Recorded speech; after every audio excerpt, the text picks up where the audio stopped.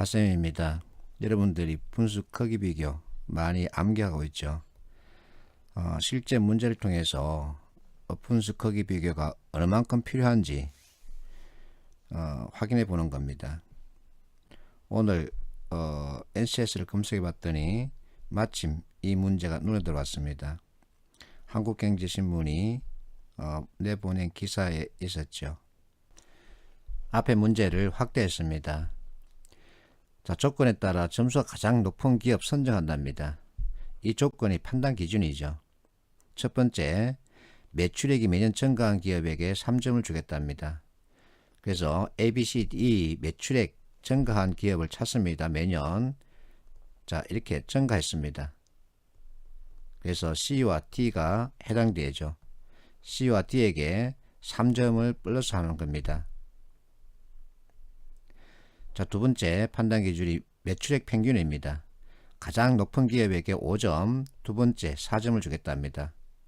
그러면 표에서 이미 A와 D가 눈에 잡히는 거죠.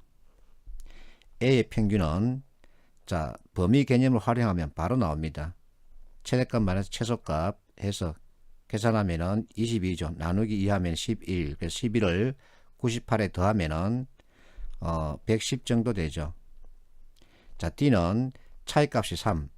정확하게 3이기 때문에 105가 평균입니다. 그래서 평균이 가장 높은 기업은 A 플러스 5를 주고 D에다가 또 플러스 4를 주는 겁니다. 그러면 이미 여기에서 답은 나왔는데 어쨌든 자, 세 번째 판단 기준도 적용을 해봐야 되기 때문에 이 두 개의 데이터를 비교하는 겁니다. 이게 결국은 분수 크기 비교죠. 자, A는 25분의 71. 그래서 여기에 3을 곱해주면 75죠. 3 미만입니다. B는 2배죠. 2배 미만. C는 정확하게 2배 이상이죠. 그래서 2배 초과. D는 2배 미만이죠. 자, 이 판단 기준에서 부채 비율이 높을수록 점수를 깎습니다. A는 점수를 깎습니다. 그래서 마이너스가 발생하죠. D는 마이너스가 없죠. 그러면 결국은 D가 정답이죠. 자, 이와 같은 문제의 유형은 대개 1분이라는 시간 안에 답을 찾을 수 있습니다. 자, 한국경제신문은 친절하게 이와 같은 표 계산까지 보여주고 있는데 우리에게는 이게 필요 없죠. 답만 찾으면 되니까요. 자, 그런데 이와 같은 문제 유형은 1분이라는 시간 안에 답을 찾기 어렵습니다. 어떤 학생이 나한테 카톡으로 보여준 건데 웬만한 학생들은 이 문제 다 봤을 겁니다. 자, 공식을 제시하고 있습니다. 결국은 분수 크기 비교죠. 그렇다고 해서 이 각각의 블랭크를 다 계산해야 되느냐, 그 판단을 여러분이 정확하게 해야 됩니다. 과연 해야 될까? 자, 어쨌든 계산을 다 해야 된다는 생각이라면 1분 초과됩니다. 아마 3분쯤 나올 겁니다. 자, 이 문제를 풀기 위해서 3분을 투자해서 만약에 틀리는 경우 최소한 3개가 틀린다는 얘기입니다. 3분을 빼앗겼죠. 그러면 선택지를 먼저 보는 겁니다. 선택지에서 무엇인가 특징을 잡아라. 분명하게 차이가 있는 놈이 있다. 1번 91.7, 2번 70% 웃돈다, 3번 집행률, 결국은 계산입니다. 가장 낮다. 자, 실적, 결국 어쨌든 간에 계산이고 집행률 계산이죠. 그러면 네 눈에 보이는 게 뭐니? 그 차이점. 그랬더니 그 친구가 하는 말, 웃돈다는 표현이랍니다. 그래, 그거네. 웃돈다. 자, 여기 어떤 특정 기준에서 위에 위치하고 아래 위치하고, 위에 위치하면 웃돌고 밑에 있으면 밑돌죠. 이것까지 판단하라는 겁니다. 그러면 답은 몇 번일까요? 그 친구 하는 말, 2번 답입니다. 그게 답이지, 자식아. 왜 계산하려고 덤비니?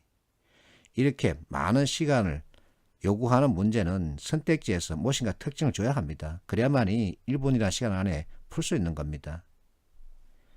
자, 이번에는 순수 계산형 문제인데 이거 언제 계산할 거니?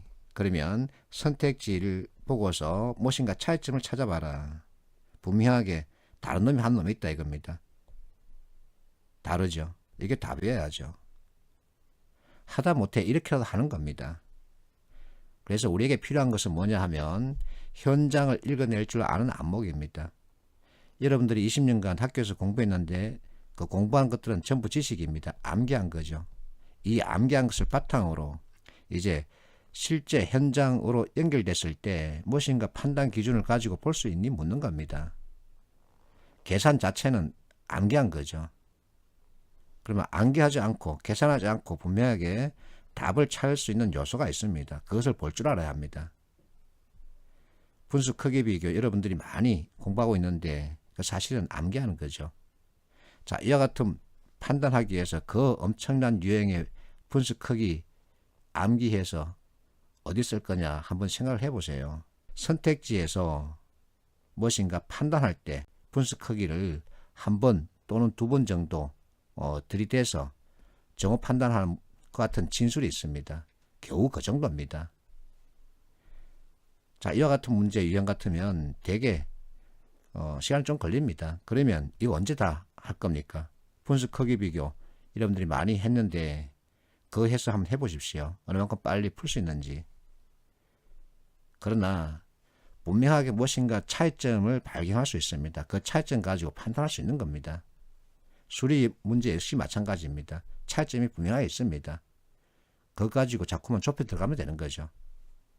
그래서 현장을 읽어낼 줄 아는 안목, 이것을 요구하는 겁니다. 무엇이 NCS가. 어쨌든 기본 이론이 있습니다.